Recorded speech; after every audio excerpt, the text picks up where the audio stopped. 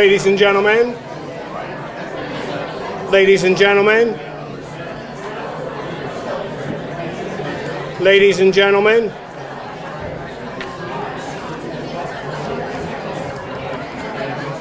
ladies and gentlemen,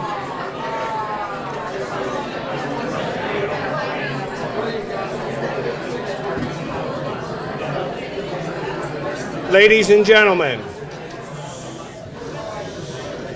if we could ask everyone to take a seat. The family has asked that we begin now, so we'll have plenty of time to enjoy some of the memories that we're going to be going over for Mr. Gadhia.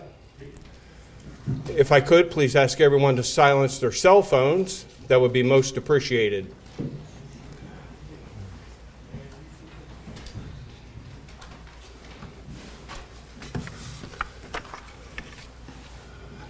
At this time, I'd like to invite Professor Gibson to come to the lectern. He's going to begin our service.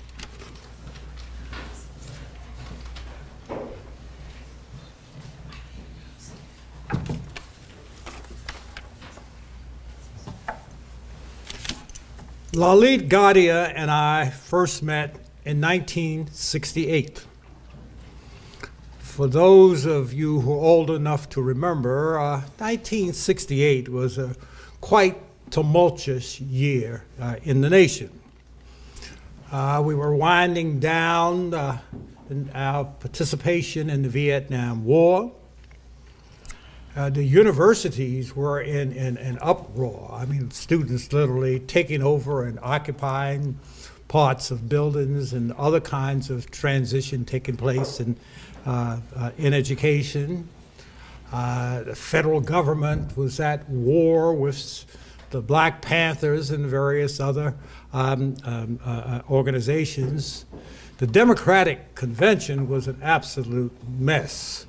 I mean, it was a difficult year. And then there was the ultimate event in '68, the assassination of Reverend Dr. Martin Luther King. Many people, most of us, reacted emotionally in some way to that event. Lalit, as a follower of Gandhi, was particularly moved by the murder of this peace-leaving man. Everybody wanted to do something. Some people responded with violence. Others just withdrawal. There are a significant number of people who left the United States following the assassination of Dr. King. Various organizations and movements got created or strengthened or started in the wake of that. And most of us, including Lalit, wanted to do something. He decided that what his contribution would mainly be in the political arena. Without even knowing him, I kind of arrived at the same conclusion, that it was important that we have a stronger say in the selection of who would be the political and governmental leaders of the city and the state and otherwise, and we decided to start locally. And what came out of this was a couple of election campaigns in 1968, and I met Lalit in connection with these. This was the first effort to elect a congressperson of color from the state of Maryland, Parren Mitchell. The other was the campaign to elect a judge, Judge Joseph Howard. There are really two main organizing groups that were involved in both of those elections. There was a younger group of which I was a member of, people in their 20s, some law students and other college students, some just out of college. And there was an older group, a group 10, 15, sometimes more than that, older than us, the core of which were educators and ministers. And Lalit was with that group. He had been on the faculty of Morgan State University. We were both very much involved in this election, sometimes working together, often each side criticizing the others. The youngsters thinking we're out in the street doing all the work, and those guys on television or radio, but they're saying we're raising the money, you putting up signs, but you don't have any signs to put up, and somebody doesn't pay for them. And Lalit was the peacemaker. He was the go-between. He met with both groups. He was active with both groups. He would have the meetings with that group of guys who ultimately called themselves the Goon Squad. But then he'd also be out in the street with us, putting on bumper stickers and putting up signs. That election in 1968 had mixed results. Parren Mitchell did not win that time. But we did win with the election of Judge Joseph Howard. And it was the first time an African American was elected citywide in the city of Baltimore. And we learned a lot from that election. And 2 years later, we were now veterans. I remember talking with Lalit about it. We thought we knew everything by then. And we actually had a pretty successful year in 1970. Parren Mitchell was elected to Congress, and we've held that seat with fantastic people since then. Parren, and then Elijah Cummings, and now Congressman Kwesi Nfume. No, Parren Mitchell, Kwesi Nfume, Elijah, and then Kwesi back. But not only that, we elected a state's attorney, Milton Allen, another judge, Bill Murphy's father, a court clerk, even Parren Mitchell's first campaign manager, the first time for '68, Clarence Blount, was elected to the Senate. So after 1970, you couldn't tell us anything. And and then we continued to do many things together. There were substantive issues. That was another part of Lalit's. He wanted to get elections, but he wanted to discuss the substantive issues. I wanted to get the election get over, and then go and get out of town and travel somewhere. But no, there were a couple of them that I remember that were really important to him. One was this whole matter of legal services. It's hard to imagine, but back then there was no government-supported legal aid for poor people. There was a private entity of legal services, of sort of a volunteer group, and on the criminal side, it was court-appointed attorneys. You could be sitting in court, and the judge would just point out and said, "Here, somebody needs a lawyer, a counselor. You're appointed." That's how I became the first murder case I ever handled. I'm sitting there waiting for another case. The judge appoints me. Lalit became very much involved in the movement that ultimately succeeded in creating the federal, the public defender's office, government paid for lawyers for poor people, and the Legal Aid Bureau. In fact, Judge Joseph Howard and I went on the board of the Legal Aid Bureau, and Lalit went to spend some time after he became a lawyer with the Legal Aid Corporation, government-supported legal services for poor people. There were many elections after that, several of them associated with our next speaker. Lalit was involved in all of the Kurt Schmoke elections. In 1882 and 86 elections for state's attorney, and then the mayoral elections of 87, 91, 95, and through all of this, Lalit had a double role. We used to talk about it. I mean, he would be involved in a substantive campaign, but Lalit, in most of this later years, was principally a fundraiser. So I would joke and would tell him, "You raise the money, and I'll spend it." That was that was our deal politically. And so I can see many people here that I know that he kept his hands in your pocket. And some of you maybe be relieved now that that's finally come to an end. And it was not just local elections. I saw on the screen here one fundraiser had in our backyard at the beginning of the president's campaign to elect President Bill Clinton. But it really started in the presidential election. The first one that Lalit and I did together was George McGovern for president. And let me tell you, McGovern lost everything in the country except the 7th Congressional District.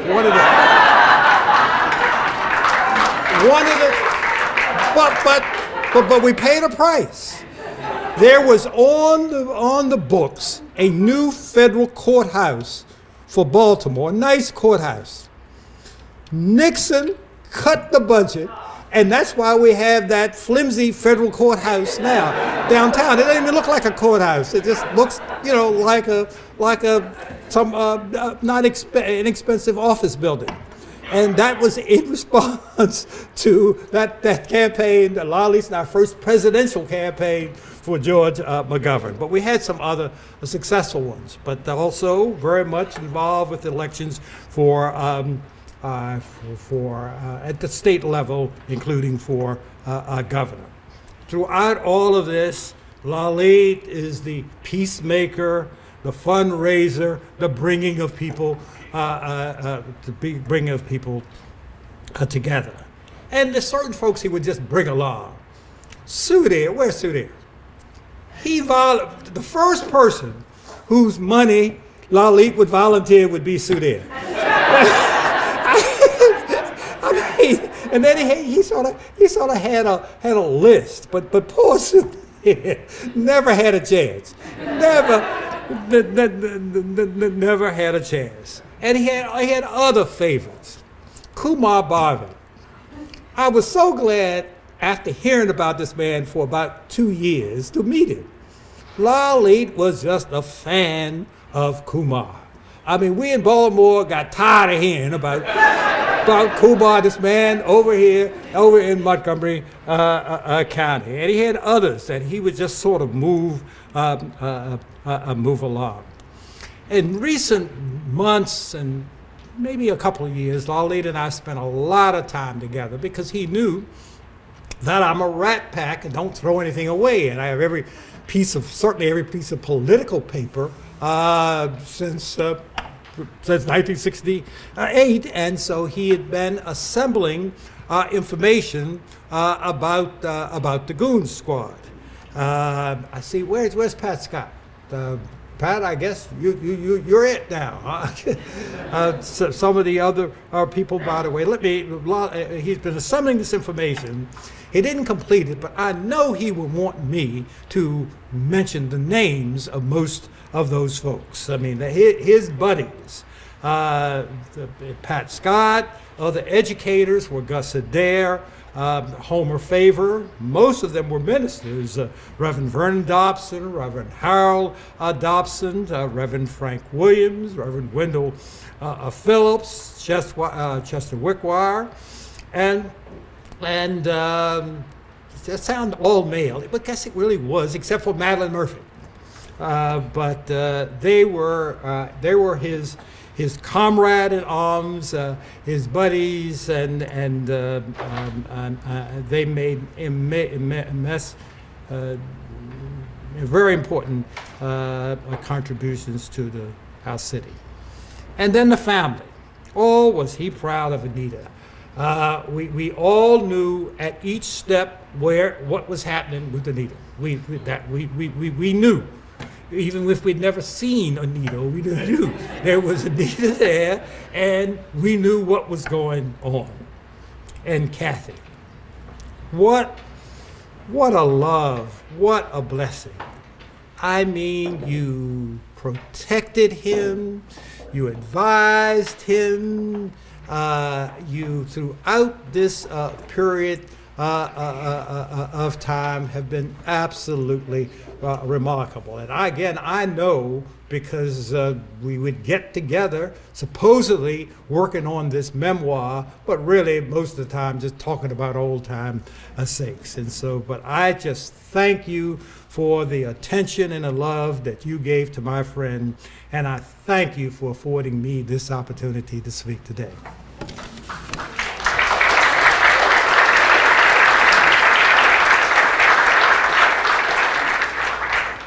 Well, good morning, everyone.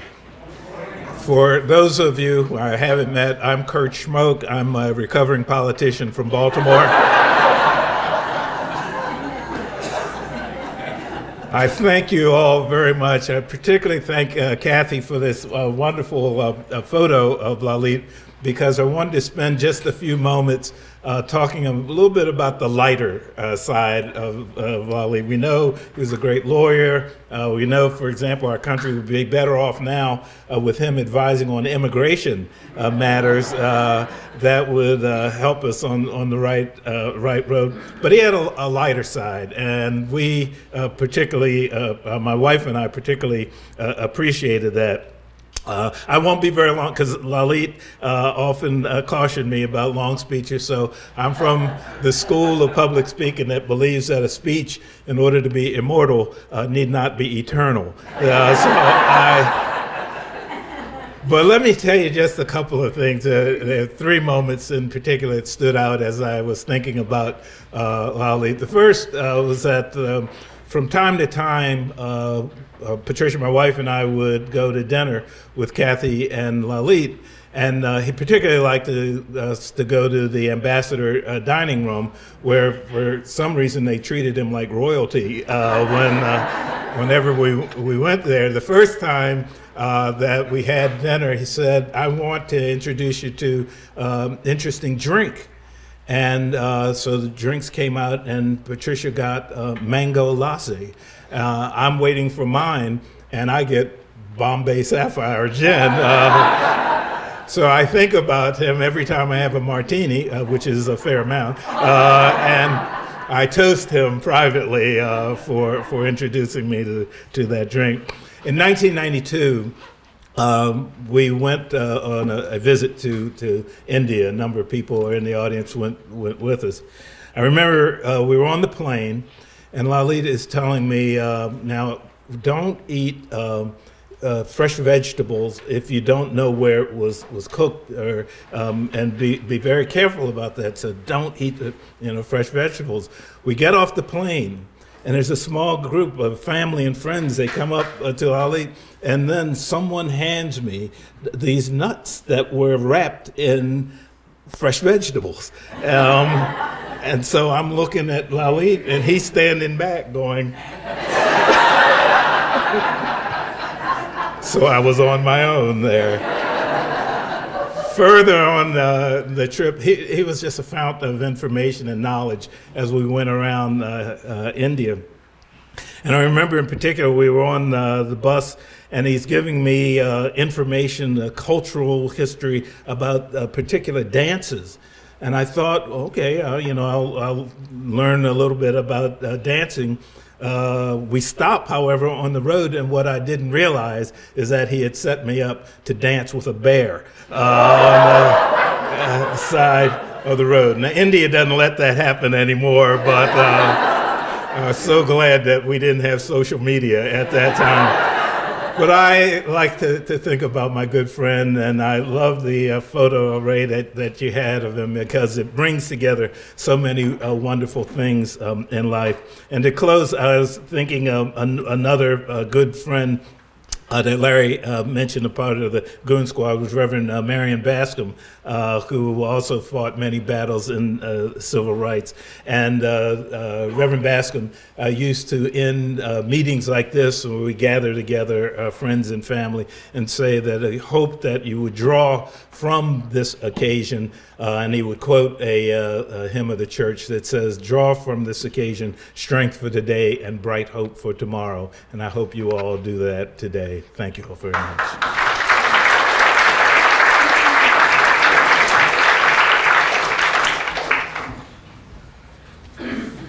Good afternoon. My name is Kumar Barve. I guess I'm a recovering politician as well. I was just appointed to the Public Service Commission, and Lalit Bhai was really a father figure to me. He was the uncle or father I needed. He was sometimes an older brother to me when we would hang out, and I'll just start at the beginning. I met him in 1986 on the campaign of Mike Barnes for the U.S. Senate, and there we were at a Hindu temple opening. I think Kathy was there at the time, and it was just a revelation to see a man who was from my part of the world, Indian American and Hindu, to be so close to the upper echelon of a statewide campaign. And I knew I had to get to know him, and he was, of course, very, very friendly to me. And of course, unfortunately, Mike didn't win, but we continued our friendship, and I began to learn from him so many things. Larry said, "Oh, you couldn't talk to them about anything." I had worked on so many campaigns in Montgomery County that I myself thought I was a real genius, and fortunately, Lalit had a very gentle way of pointing out to me that I was far from being a genius. And so during those years, we came to discover that we were on the same side of most issues. I was the treasurer of Maryland NARAL, the National Abortion Rights Action League at the time, and he and I would discuss, we would talk once every couple of months or so, and toward the end of 1989 or so, I decided that I wanted to run for the Maryland House of Delegates. And so I called him up, and I don't know, I was kind of expecting him to just immediately endorse me and write me a gigantic check. And oh no, he liked me, he knew me, he wanted to put me through my paces. And so up to PJ's Pub I went, and he grilled me for 3 hours. And I'm not convinced he was that impressed. He did give me 3 homework assignments. I don't remember what they are now, but he says, "You need to do these 3 things." And so I left, and I thought to myself, I need to do these 3 things. And so I would say about a week and a half later, the phone rings, and it's Lalit Bhai, and he says, "So where are you on these little tasks of yours?" And I was able to report that I had done 2 of them, and I was in the process of doing the 3rd. So he said, "Okay, you get that 3rd thing done, and then you need to come up to Baltimore." And I said, "Okay, I'll come to PJ's home." No, you'll come to the apartment. So apparently I got through the front door on the 2nd attempt. He and I hung out a lot. I in particular, remember one night, Kathy will remember this, he had access to some apartment on the bay, just over the Bay Bridge. And they didn't, I was a gin drinker at that time, but they didn't have any martini glasses, so he was like mixing me drinks in like a shot glass. And after about 4 of those, it was not a pleasant experience. But so he put me on the sofa to sleep it off. And I have told very few people this, but Kathy, thinking I was asleep, they both thought I was asleep, said, Can Kumar win? And Lalit said, well, it's a natural question to ask. And Lalit said, I don't know yet, but here's what I do know. He will run a good campaign, and that will be an encouragement to other Indians in his age group to follow and run for office. And at that point, I decided that was enough. I was going to fall asleep. I was going to pass out. But so during that campaign, he was constantly advising me, and his advice was very good. And he knew to call me after I got done knocking on doors, and we talked a lot. I think we talked about every week or every other week. My first fundraiser in Baltimore was run by Lalit Gadhia. You will remember it was at the Shot Tower, which I just thought was a smokestack somewhere. I didn't know. He was the founder of STEPIN, the Society of Technologists and Entrepreneurs from India, and he had an annual gala dinner in the World Trade Center But here's the thing I was so impressed with. He made it a rule that if you're Indian and a member of this group, you had to bring somebody who was not an Indian as a guest with you, because Lalit believed in building communities that were heterogeneous, that were different, that he loved working with people who were not like himself. I remember he was explaining to somebody asked him what his religion was, and he said, I believe in Hinduism plus. And what did he mean by this? Anita will probably get this. He believed that Hinduism should be followed and interpreted in a way that supported other world religions. He believed this, and so he was not a big fan of Narendra Modi. I'll just say that. But for those of you who know Indian politics, but in any case, he taught me about Baltimore. And unfortunately, when I got elected, it was an era where people from Montgomery County and Baltimore City hated each other. And he said, "Man, you got to get over that."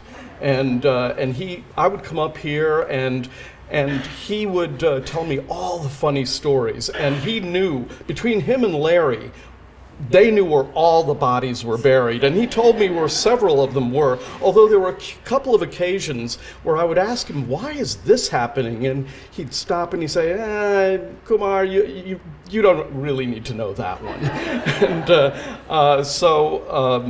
But he really put me in the mindset of changing my opinion about the city of Baltimore and about places outside of Montgomery County. And by the time Cass Taylor became speaker and had as his philosophy One Maryland, this is something that could have been written by Lalit Gadhia. It could have easily have been written by him. So I also have lots of funny stories about him. He was a prankster. He ran briefly for the House of Delegates in District 39 when District 39 was in the city. Well, after redistricting in 1994, it moved to Montgomery County, and I was at his apartment. We were up late. We were drinking. We were watching Arsenio Hall, and he was going furiously, and he pulled out this little square. Lalit Gadhia, delegate, District 39, says, "Put this on on the door of the guy who's running for the state senate in the new District 39." So I went and put it on Gene Cunahan. Some of you know who Gene Cunahan is. I taped it to his door just to freak him out, and it had the desired effect that Lalit Gadhia wanted. It freaked him out briefly, and then I had, of course, explained to him what that was all about. But in any case, Lalit Gadhia was a Gandhian, although he was a bon vivant. He was a very well-tailored Gandhian. He believed in great food, great wine, great clothing. He was always well-dressed. He is the one who encouraged me to start using a pocket square, although not quite so flamboyantly as Judge Bell, but who he also had a great admiration for, I might add. And I think Congressman Mfume might still be here, but he was here, and he had a great admiration for the congressman as well. And so I'm going to conclude by saying that to a very great extent, Baltimore in America is the legacy of men like Lalit Gadhia. Lalit Gadhia, he was an inspiration to me. He supported me when very few Indian Americans believed I could win an election. And he encouraged me to help other Indian Americans. And they were all around the country. People you may have heard of, like Aruna Miller. And so I think that, and I have to say, Kathy, thank you for taking such wonderful care of him. I visited with you in the springtime, and he was in terrible shape, obviously, but you took such wonderful, loving care of him. And Anita, I know how much he adored you and was so proud of you. And he, in the early days, when you were doing emails about your area of expertise, he would forward them to me. Eventually I had to say, "No, I got on Anita's list. You don't have to forward them to me anymore." But in any case, there is a direct line in the Indian American community politically. There is a direct line that connects Lalit Gadhia to people like Aruna Miller and Kamala Harris and other Indian Americans who were in Congress. It had to start someplace. I was the first Indian American to be elected as a state legislator, but Lalit's attitude was, you're not going to be the last. And that is the legacy that he has, that we live in. And so, as I said at the last memorial, in his honor, I'm going to be listening to Miles Davis. I grew up listening to jazz, but he turned me on to Miles Davis. So I will be listening to Miles Davis. And what an honor it is here to first be considered in association with Larry and Mayor Schmoke, and what a wonderful thing it is to be with all of us, because we are the legacy of a man named Lalit Gadhia.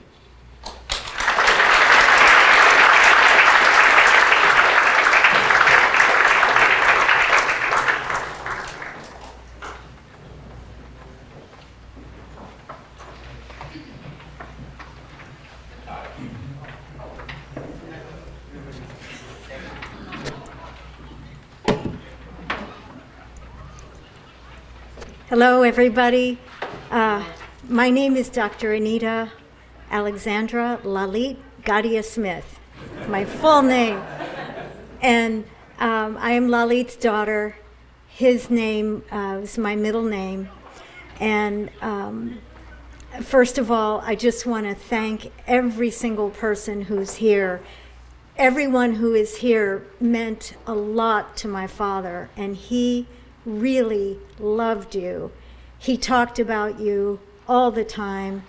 He and I were, I would say, unusually close, father and daughter, almost supernaturally close, all throughout my life.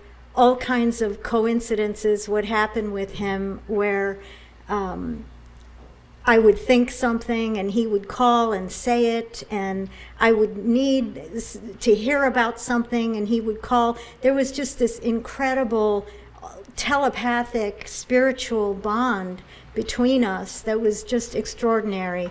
And he loved being a father. He absolutely loved it. And he loved being a father and a family member to many of you, whom he wasn't related to, but certainly everyone in his family felt his incredible affection and love. And I know that his presence is with us today, and he is so happy that we are all together and that we're having a good time, because that's what he wanted. I, for many years, have written down things he told me. He taught me so many things. I couldn't go into it all right now, but one of the most simple things that he said to me that I wrote down was, make the most of it. And that applies to absolutely any and everything that a person can possibly do, is to make the most of it. Make the most of yourself, make the most of each day, make the most of each opportunity. And this is how he lived his life. He loved everything. He loved books. He loved music. He loved people. He loved opportunity, adventure. His spirit was of an eternal child in a way, always open and exploring everything. He just loved life more than anyone that I have known. And that was contagious. And I think that spirit has rubbed off on each of us in this room. And we've been able to carry that with us and to carry a part of him with us. And he really, really loved his friends.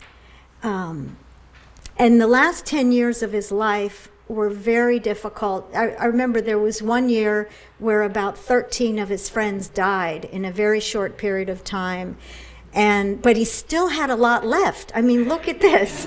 This is pretty incredible after all the friends he lost. And we were just so lucky to have him as long as we did. The last 10 years were very tough. I firmly believe that we had him a lot longer because of Kathy's love and care of him, and that he would have been gone a lot sooner without her. She really devoted herself to him and kept him going in a way that only pure love can do.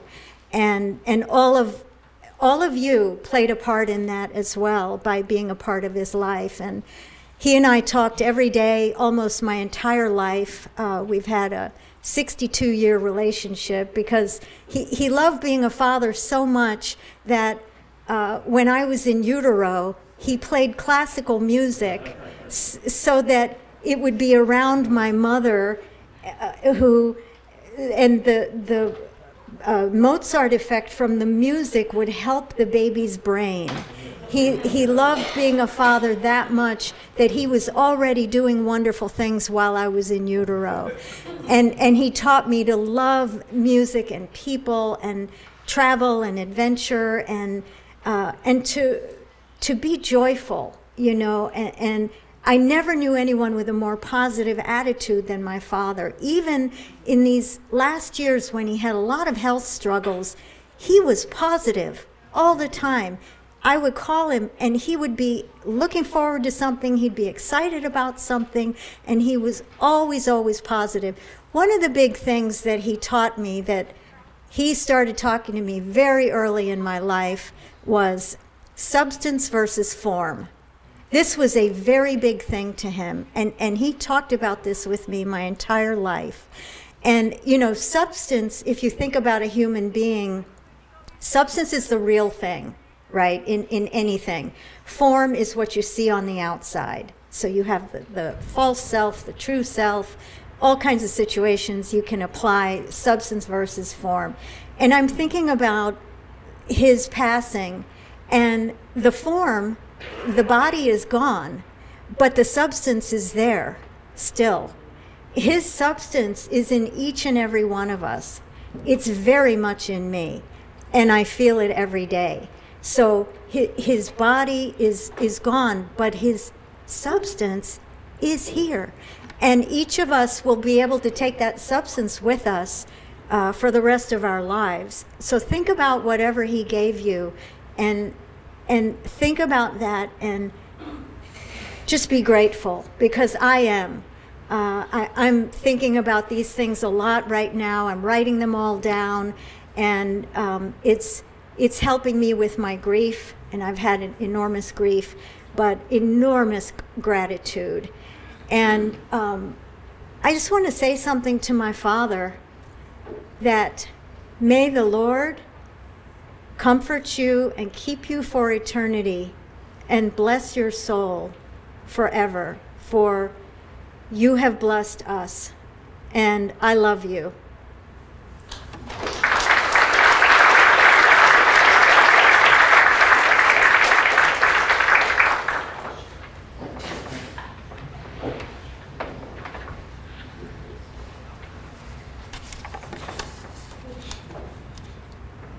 What a crowd. I'm Ron Smith, and I was blessed to know this man for 25 years. Poor guy. Lalit and I were about as different as you can be. He was a pacifist, he was a Marxist, although I've read a lot of Marx, and I would debate that with him. And then his only daughter marries a Navy captain who's been through 5 wars. And he saw me as a little of the right of Attila the Hun. Now, what's interesting is toward the end of his life and toward the last 25 years, we came together. We both saw the results of end-stage capitalism. We loved each other. We kissed each other on the cheek when we parted. And I loved this man and respected him. And there are a couple of things that were written, and I wanted to read about him. I don't like to read things in talks, but they captured him so much. and his place of gratefulness at life from a place of absolute ravishing appreciation for the sheer wonder of being alive at all. Lalit had that. Each of us an improbable and temporary triumph over the staggering odds of non-being and nothingness inking the ledger of space-time. And he also had the non-specific gladness, grateful not to this person, grateful not to the turn of events, but grateful at life, a diffuse gratitude that irradiates every aspect and atom of the world, however small, however unremarkable, however coated with the dull patina of habit. In those moments, everything sings, and that's what you felt with him.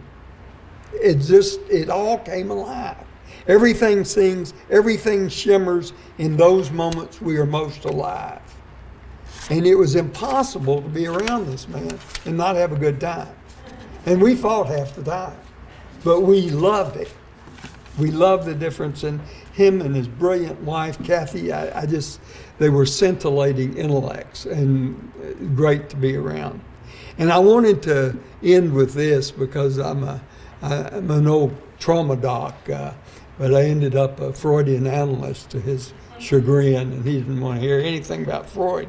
So I wanted to read this to him.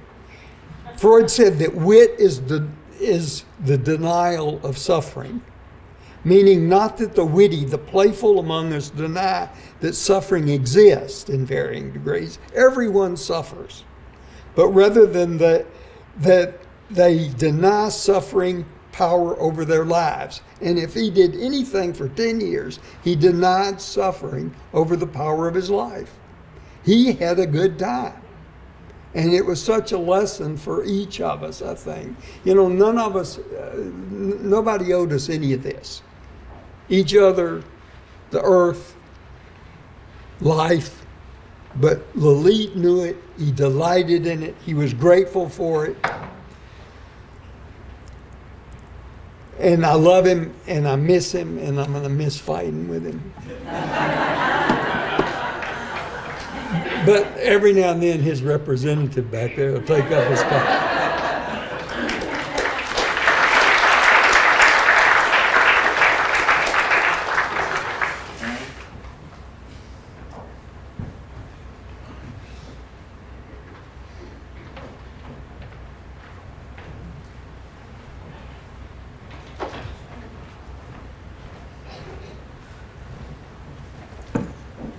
Good afternoon. My name's Kevin Dobson. I'm Vernon Dobson's son, youngest son, nephew of Harold Dobson. And Anita asked me to speak. I'm not a speaker, but that's why I'm not a speaker.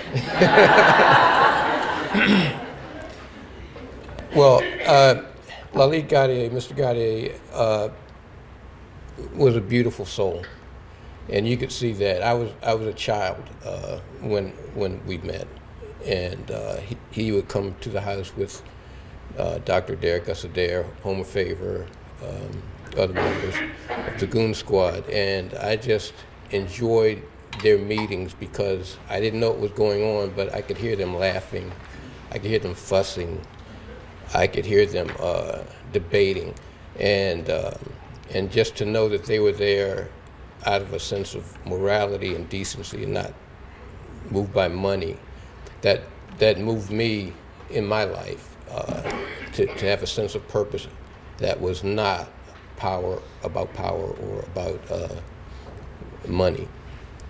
I'm going to fast forward.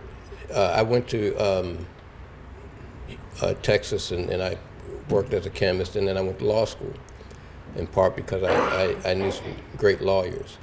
And I practiced patent law. Came back to this area, living in Delaware. But my father had become ill, and there were some members of the church, Union Baptist, who were moving to sell the church building, at least my father thought. And he wanted to put a stop to that. I got my license to practice law in Maryland to help my father put a stop to that. The first thing my father said after I got my license was, call Lalit. He'll help you. I hadn't talked to him as an adult ever, actually, at that point. I called him, introduced myself thinking that he wouldn't know me, but I immediately said, hi, Kevin. I told him what was going on. He said, send it over. Send me what you have and let me review it. We didn't discuss fees because I didn't have any money. But his sense of service was astounding. His sense of purpose was astounding. Like a quiet lion. When they laughed, I could pick his laugh out of everybody's. It was gentle but pointed. But fast forward again, a few months ago, he called and he said, I would like to get your father's tapes. And I've been on a project digitizing my father's sermons. And so, and I'm a little bit protective of those, but as I'm doing it. But when he called and he asked for it, the only thing I could say was, I'll send them to you immediately. He was working on a book. My feeling is he wanted to reconnect with my father. And so I definitely could not deny that. I don't know if he finished the book, but I really appreciated the fact that he was reaching out, looking to reach back to my father and to what they had together. So I don't know if we'll see that. I'm sitting next to Mr. Scott, who's the last of the Goon Squad members. I was telling him a group of men getting together and a couple women getting together like that was unheard of. And I don't know if we'll see it again. We need it though. But thank you for asking me to speak, Anita, and thank you all.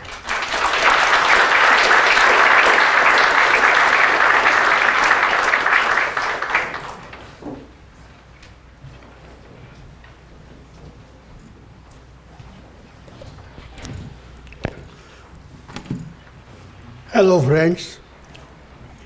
To begin with, I would start with a Hindu plus prayer for our friend, which says from Upanishad, Purnamada Purnamidam Purnat Purnam Uchyate Purnasya Purnamadaya Purnameva Vishishyate. Now, this is like substance and form. That's what it is about. That what is born from substance is infinite, but it is the substance that is infinite. And that is the ultimate prayer of our Upanishads. But to come to the point here, for my friend and our friend, Lalit has been Lalit Bhai for me forever. And I met him through my brother-in-law long back because they were pretty close friends. And at that time, it was very tangential relationship. But when our relationship got strengthened because of my business and profession, and is the friendship on that. And from ever since that day, we have always taken for granted each other's being there for each other. And it was so. My kids grew up thinking that they can always go to Lalit uncle and tell him anything if they want that they can't tell me. And he responded equally. Like a legal guardian, he would be keeping their confidence the way he should. And more than anything, he was a community person. He believed in participation of community and into the local community that helps us and brings us along. And to that, I understood that from the beginning, and I went along with his thoughts on that and tried to do whatever he wanted to do and support in that sense. Lot of organizations that India Forum or Step In or Gujarati Samaj, any organization that needed any support, he was there. So we cannot forget that part of his always being there, because he said that if the community does not participate in political process, we are going to be lost in identity. And that was so true when he was talking that in 1970s. And he did it in his own way. He encouraged all the people to join and support, and himself. He gave all of his time, what he could give. So to me, that was him, a true Gandhian, true secularist, and a true community organizer. He was always there for community. When the story of immigration of early Indians is written, Lalit should be a very significant chapter. And I always told him that why don't you write a book on something on immigration that all your life you have done, and you have done so many additional things. But he was always, into one thing or other, and he kept on putting it off. But I am very happy that all our friends that we have been together are here today, and I feel that it is a tremendous legacy that he has left behind, and we cannot forget what he has done for all of us. And I know that he would have been, like in any other person, would have been in a adult home or some place where they are not cared for as well.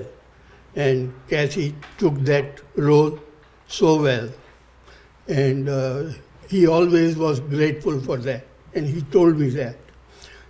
And those are the things that a man is defined by at the end. And I am so glad that I knew him and we knew him. And I want to say that farewell to him, and I hope I can see him on the other side.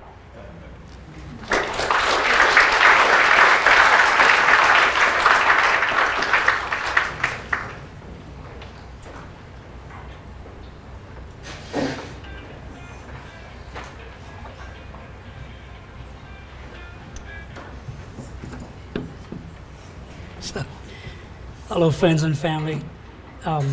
So I have the privilege of coming after all of those great speakers. So yay for me, and the best is yet to come. I'm Keval, I'm Lalit's nephew, and I am one of the several nephews and nieces that followed him here from India. And I've had the privilege of his support and his guidance. I arrived in Baltimore to pursue my master's in architecture at Morgan State University. And it was at his insistence that I came here and I made a life for myself. And ever since, I acquired a de facto father figure, a mentor, a motivator, a friend, and really someone who was always there for me. And as his most favorite and most handsome nephew, and you can ask the other nephews and nieces, and he said the same thing to them. So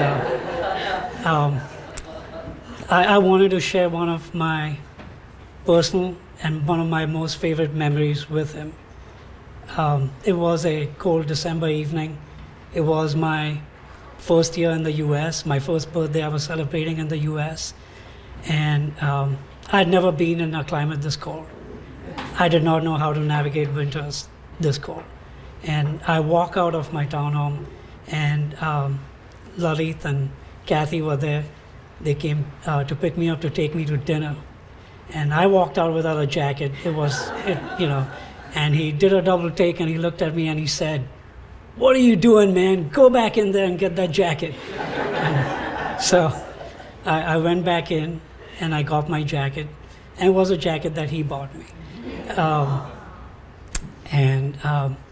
We drove off and we went to this Mexican restaurant in White Marsh on the avenue. And we sat by this beautiful storefront window, it's all decorated, and we were chatting about my day and what I've been up to. And then I was asked, is there something that you wish for your birthday? And I said, yes. I wish it would snow. I had never seen snow. And just like that, almost on cue, it started to snow. And boy, I was happy. But the reason I share this memory with you was what made it more special for me was that Kathy was as happy and he was as happy, and they were as excited for me as I was. And that's a memory that I will never forget.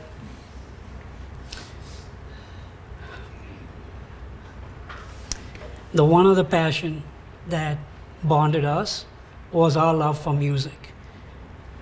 You've heard it from others. He knew that I used to DJ in Mumbai, and I love music. And when he knew that I did not own a CD player, yes, there were CDs then, so kids would. He said, "No, we got to make this right." And he took me to Circuit City, and he bought me a stereo. And that was my first stereo, which I still have. I refuse to part with it.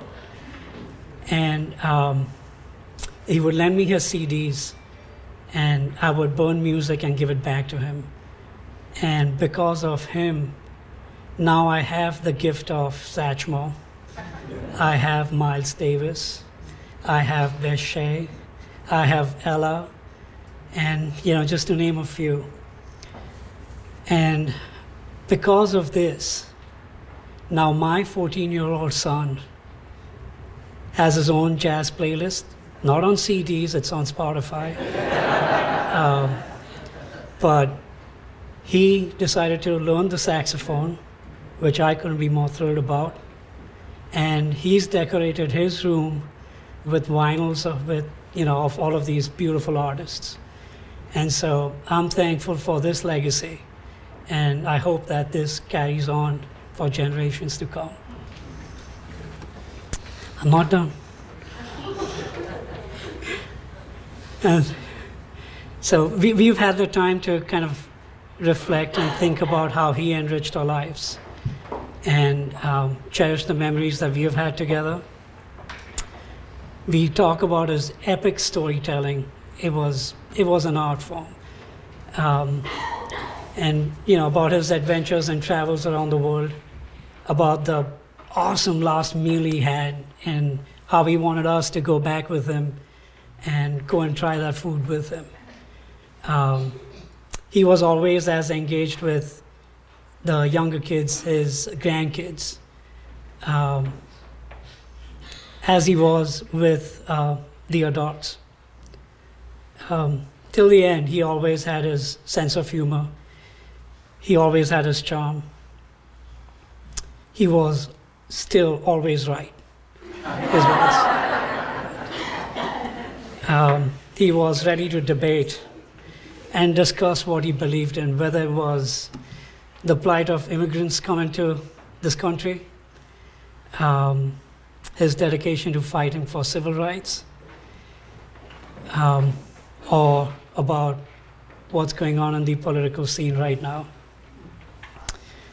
He would always ask our son about his last soccer match, or when his next soccer game was, or when his next music performance was, because he wanted to make sure he did not miss that and he could be there to watch it with Kathy. And because of this, Kathy, and because of him, Neil missed his grandparents in India a little less. And we were thankful for having family there to celebrate our milestone moments. And, those are the moments we are going to cherish. And this outpouring today and the respect that we see today proves that he was a loving husband, he was a loving uncle, grandfather, and a friend. And so let's remember him for the love and laughter he's brought to us in our lives. And to conclude, I'd like to say, rest in peace, Uncle Lalit. We'll be thinking of you as we cheer the Ravens.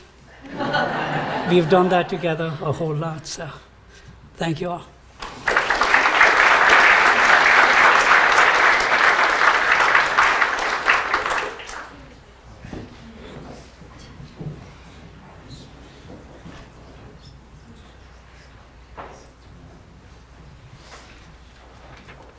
Hello. I was worried you weren't going to be able to see me over this podium. My name is Katie Stone. I'm Lilith's, my Dada G's granddaughter, technically step-granddaughter, but I've never given that any thought, and I don't intend to start. I was debating between speaking from the heart or reading a poem. I was worried that I wasn't going to be able to keep it together, so I didn't prepare a speech. I will read a poem. I regret that a little bit, but I think that the poem that my grandma and I have chosen is incredibly fitting. It is called Because I Could Not Stop for Death by Emily Dickinson, her favorite poet. It's funny because she gave me a short list of poems to choose from, and this was the first one I searched up, and when I scanned through it, I immediately, it resonated with me. And then about an hour later, she called me and said, "This is the one I want you to read." Forget the list. And I think that meant a lot because we both saw that significance instantly, because he was not going to stop for death, because he was on his third appeal to get his driver's license reinstated. So... yeah, he had no plans to quit that anytime soon.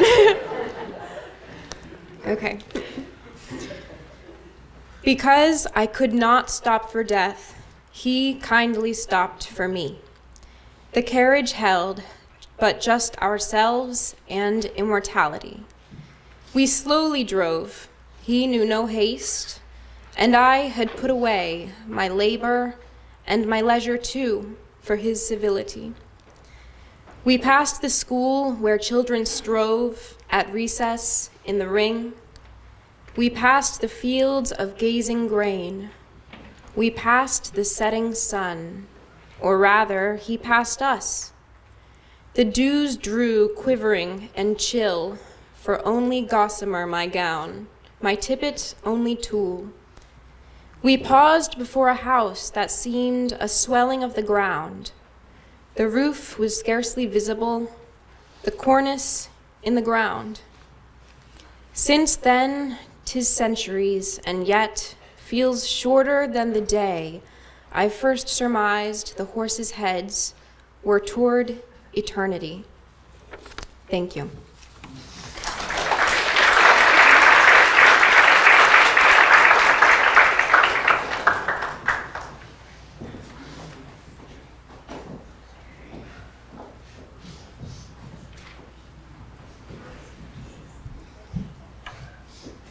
Hello, everyone. Lalit was my. Hello, everyone. I always admired my Dada G for his patience, but also his care for the world around him and everything that he stood for and all the blessings that he shared with us. This poem is called You Can Shed Tears That He Is Gone, and to me it means a different perspective to look on grief about. You can shed tears that he is gone, or you can smile because he lived.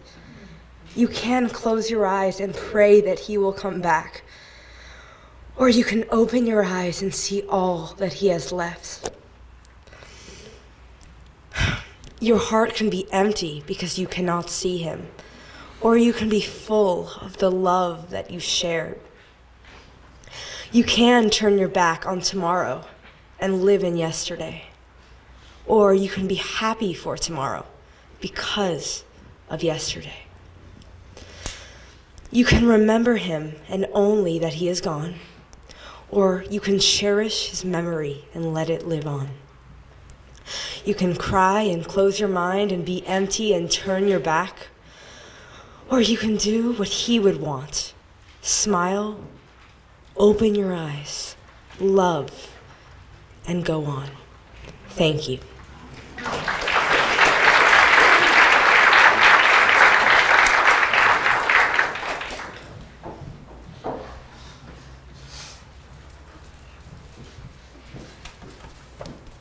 Hi everyone, I'm Trish. Hello?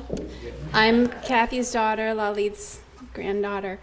And like Katie, I was given the option to speak from the heart or read a poem, and I also thought I would lose it, and so I decided to read the poem. And also, like Katie, I was given two choices by my mom. I chose one, and I was told to read the other. And then my daughter, my beautiful daughter Alexis, stepped up and read the one I was initially going to read, so it all worked out. Anyway, I will just say how much Lalit has meant to me my whole life. He's been, sort of like a second dad, and we lost our dad quite a while ago. So anyway, it's hard. So I'm going to move along to my poem. This is called The Ship by Victor Hugo. I also am not an actress like my daughter, and I do not have that dramatic effect, so I'm just going to read. It won't be that good, but okay. I am standing upon the seashore. A ship at my side spreads her white sails in the morning breeze and starts for the blue ocean. She is an object of beauty and strength, and I stand and watch her. Until at length she hangs like a speck of white cloud, just where the sea and the sky come down to mingle with each other. Then someone at my side says, "There, she is gone." Gone where? Gone from my sight, that is all. She is just as large in mast and hull and spar as she was when she left my side, and just as able to bear her load of living freight to the place of the destination. Her diminished size is in me, not in her.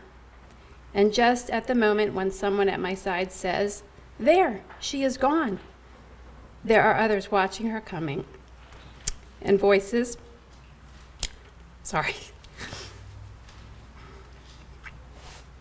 ready to take up the glad shout, "There, she comes." And that is done. Sorry.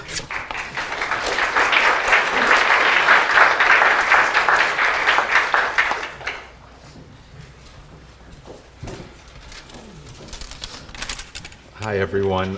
I'm Trisha's brother, Kathy's son. Dwight Stone's my name. I was Lalit's. He was my stepfather, but was so much more to me than that label would suggest.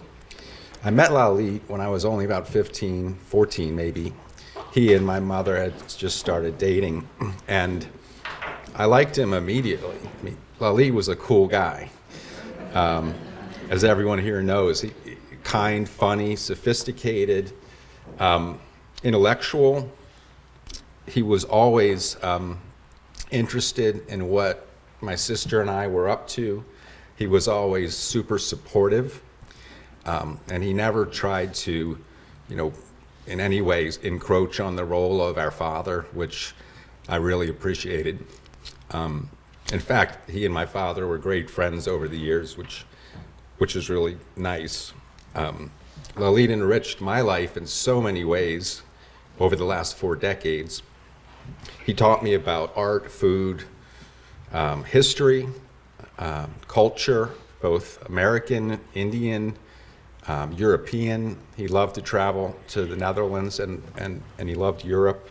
We had all sorts of conversations. I remember one night, it would have been probably when I was in college in the late 80s. And he and I just started talking, and he poured some wine. Next thing I know, it's like 3 a.m, and we've been talking for 5 hours. And it was just a mind-blowing experience to talk to that man and to have him respect my ideas and how I would respond to his ideas. And that's just the kind of man he was. He loved to share some of his favorite quotes of world leaders. And of course, as everyone knows, he was an admirer and follower of Gandhi. And my favorite quote he shared was when a journalist asked Mahatma Gandhi what he thought about Western civilization. And he replied, "That would be a good idea."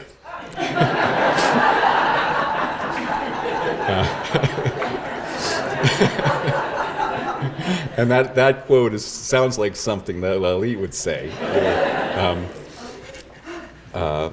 He was a wonderful companion to my mother for years, and later a great husband, and I'll always be grateful for that. He was an amazing grandfather for my 3 children, Katie, Ryan, and Michael. They always call him Dadaji. He was their biggest ally and supporter and cheerleader. He always stood up for them if anyone dared to criticize them, including me.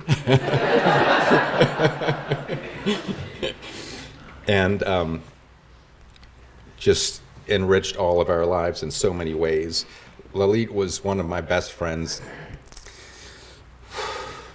in my whole life, and I'll miss him very deeply, but I'm so grateful to have known him. I think there might be a couple other people that want to speak, and if you're not on the list, we have about 10 minutes, so feel free to come up.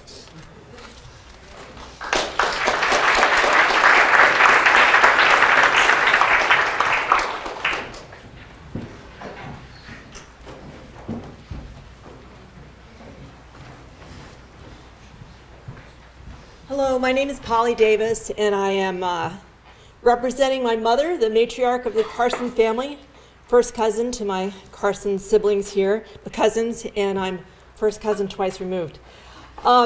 Kathy, I practiced with my mother before I came in because I wanted to get it right just for you. Kathy, you two burned bright, and your love for each other was so intense. I'm like doing the cool kids thing of reading off my cell phone here. And your loving care for Lalit these past years was extraordinary. And I've told my husband not to expect anything like that from me. Something like what happened in Baltimore stays in Baltimore. Having the two of you here in Baltimore made the transition of my parents much more interesting. We were very concerned about them coming down here, and then it was like, yeah, but Kathy and Lalit are going to be there. Dad would light up and tell me about discussions and martinis he would have with Lalit, and their connection was so deep that Lalit would refer to my father as his brother.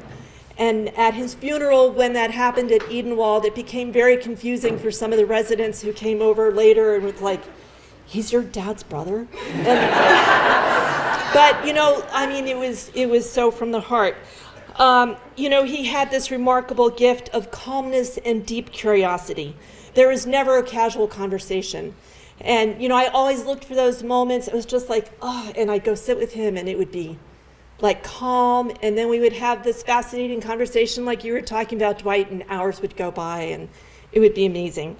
When Lalit found out that my daughter was named after Emma Goldman, he immediately whisked us off to Red Emma's bookstore. And that's where I began to learn more about the work that he did with the Goon Squad. And it was so powerful to be in that space and learn about this whole other side that I hadn't been aware of. Kumar, when Lalit learned Emma was in Madrid and that we were going to go visit her, he insisted that we go to this one sherry bar that was in this one area of Madrid, and then he told us this fabulous story about it. So we spent a long time and we tracked it down, and you know, of course, it was a remarkable place to be. I just want to thank Lalit for continuing to make our world a better place, and for the love and caring that he brought to all of us. And Kathy was like, where did you find him? He was such a remarkable person, and thank you for bringing him into our lives. Thank you.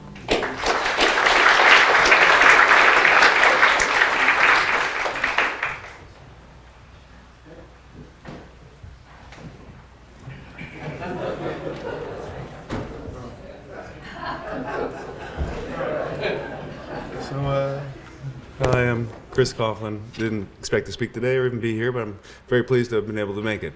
I just want to say that my Uncle Lalit was a really special person in my life. He was at my high school graduation. He was my only relative to travel from the East Coast other than my parents and my brother to my college graduation. And the commencement speaker was future Senator Booker, who was then mayor of Newark, New Jersey, and he gave one of the most captivating speeches one will ever hear. It was clear that he was going to go on to be higher office than mayor of Newark. And afterward, I said, Uncle Lalit, I think we were driving to a dispensary in California. You know, they went legal in '95, so we were going to the dispensary and on the way to the Getty Villa, and I said, Uncle Lalit, like, did you hear that speech? That was quite amazing. And he said, yeah, it was amazing, but Wyndham Marsalis was sitting right behind me. I think that was the most amazing part. And I said, oh yeah, I went to school with his son, so his love of music came through there. And I'm a traveling salesman. I moonlight as a musician, but I'm a traveling salesman, and I work mostly Vermont to Virginia. I work in Northern Virginia right now, so able to make it. And then the past few years, I've been able to go to visit Kathy, your house in Baltimore, and also your apartment building. And many hours, there was a time in my life where I didn't have exactly a lot of close family, either at all or nearby, and or a lot of friends nearby when I was traveling. And I would go late at night. Sometimes, you know, arriving late at night, like annoyingly probably to you and Kathy. And so I would hang out with Lalit all night long. We would in the basement, and we would spend many hours just talking and having a great time. And became close later in life.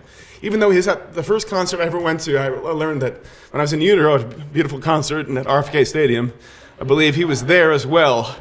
So I heard about an in utero concert tonight, I think at a Mozart for the Mind or something like that. So I saw a connection there. I wanted to speak on that. And he'll always live on with me in my love of music, and you as well, Aunt Kathy, and the times we spent together the last few years together, an hour here, an hour there. Whenever I was in the area, I'd make an effort to come see. I was so happy that I was able to.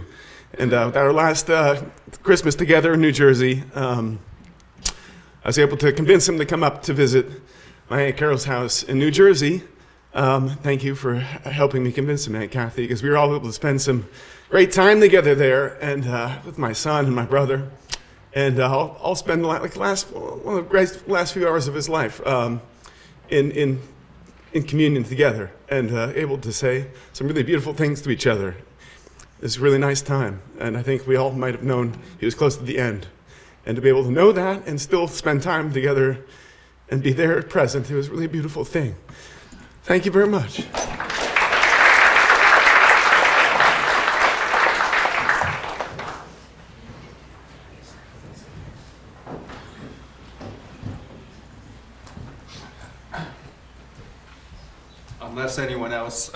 Unless anyone else would like to speak, just want to thank everyone for coming and all for the wonderful remarks. And I think this gathering is concluded.